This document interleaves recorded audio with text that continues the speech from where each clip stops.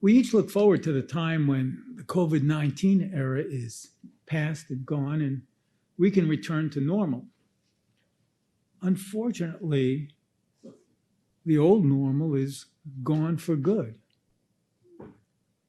For example, after 9/11, airline travel changed dramatically. And now airline travel has become a necessary evil. And we can expect similar type changes as the COVID era at this time passes by. With COVID, there has been an acceleration of some of the trends in our society, as well as new changes taking place, and we have had to adapt to it. But it's very important that we become aware of the differences in the society in which we live so that we can properly deal with a new normal, especially as Christians. God has given us two tools that we can use, which is I'm going to cover in this sermonette. And as you may have guessed, the title of the sermonette is Preparing for Our New Normal. And what God has given us both faith and wisdom that will help us succeed with the changes that we're going to face and are facing. Now, some of the changes that we've seen have been trends that have been ongoing. For instance, online purchasing has been a big trend, and now it's even more of a trend, and especially people who have never bought things from restaurants online are now routinely doing it. The Zoom era, if you will, was picking up in the business world, and we did use it for church services also, but now it's a really big thing, and it will be a permanent increase from the old days. The work from home movement was also a trend, but that has also increased dramatically. So much so that real estate values in cities are going down as real estate values in the suburbs are going up because people realize they do not have to live near where they work anymore. They can work online. And as an unintended consequence of this, businesses in the cities are closing down or going part-time, especially restaurants. And even in the suburbs, some of the restaurants have not been making it through the drought. You know, some of my favorite restaurants are gone. I think we've seen a big difference in the children too. The children are no longer going to school. They've been staying at home, and we can see the effect that it's had on their personalities. And I know it has not been positive with my own grandchildren. Masks have also been routine, and we're used to seeing people's faces, and then we're not used to seeing people's faces. Interesting thing is that people who I've only seen with a mask, I don't recognize them without their mask. So it's kind of strange. I have to readjust here. Sadder things have also taken place. Suicide rates in the country are up very significantly. Drug and alcohol use is also up significantly. And because people are home more, weight gain has been a more serious problem. There are two differences that we need to be especially aware of as Christians. First, there's a change in time pressure. When you were driving to work, let's say I had a over 2-hour commute. Well, if you're not commuting, now you have this extra time. Before, when you didn't have the extra time, you had to plug everything into their time socket because you just didn't have the time. But now that you have this extra time, it becomes easy to start to procrastinate. And procrastination can lead to postponement, and postponement can lead to omission. So it's important with our prayer and Bible study that we take into account this difference in time. Paul summed it up well in Ephesians 5:15. Seek then that you walk circumspectly, not as fools, but as wise, redeeming the time because the days are evil. But I think the most serious difference in our society is that now the powers that be know what level of fear is required to get people to obey. Before, they didn't exactly know. And they also know what level of fear can push people the other way so that they no longer accept obeying. That's a really serious thing that now people in power who are not favorable towards Christians now know. And that's very serious. And what I found, especially as someone who's involved with science, when you hear a government official say, we follow the science, well, I've presented many scientific papers and I've published many refereed scientific papers. In each time, when you're referring to something, you say the reference, so-and-so in the Journal of the American Chemical Society, yada, yada, and you use that as evidence. If you're presenting your own data, you say, my data shows that, and then you present your data. If someone doesn't present a reference or the data, then I don't believe them. And it might be a good idea for you to take that into perspective, see what the actual reference is. But that level of control that society will play on people is significant.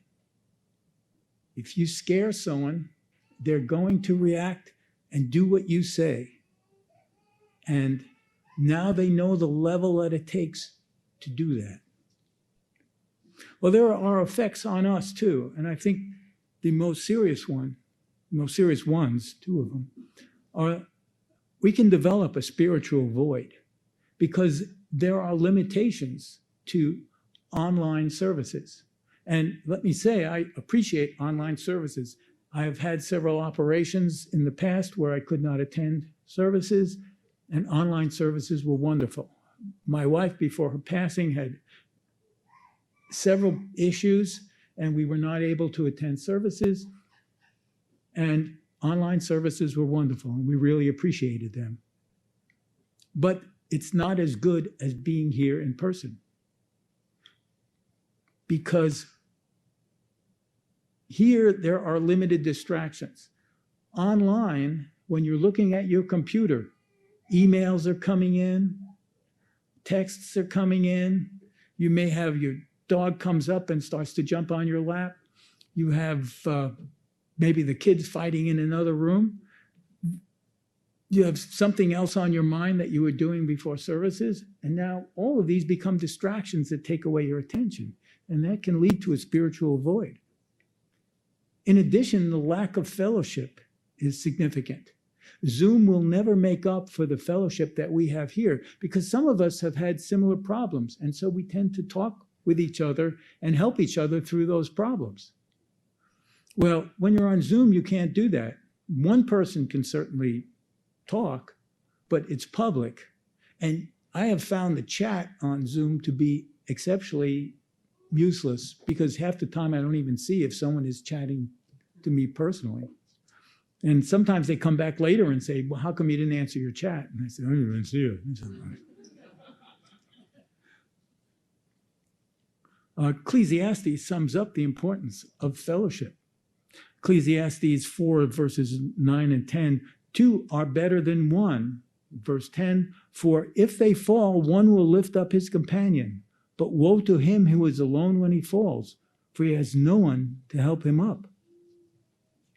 And as I had mentioned before, emotional issues as well as physical issues also affect the way we're acting. It's much easier when you're isolated to become depressed, to have anxiety, to become bored, and to lose a sense of control in your life. Proverbs 12:25 tells us that anxiety in the heart of man causes depression, but a good word makes it glad. It also says in Proverbs 17:22, the broken spirit dries the bones. These are things that we need to look out for, or we need to watch for.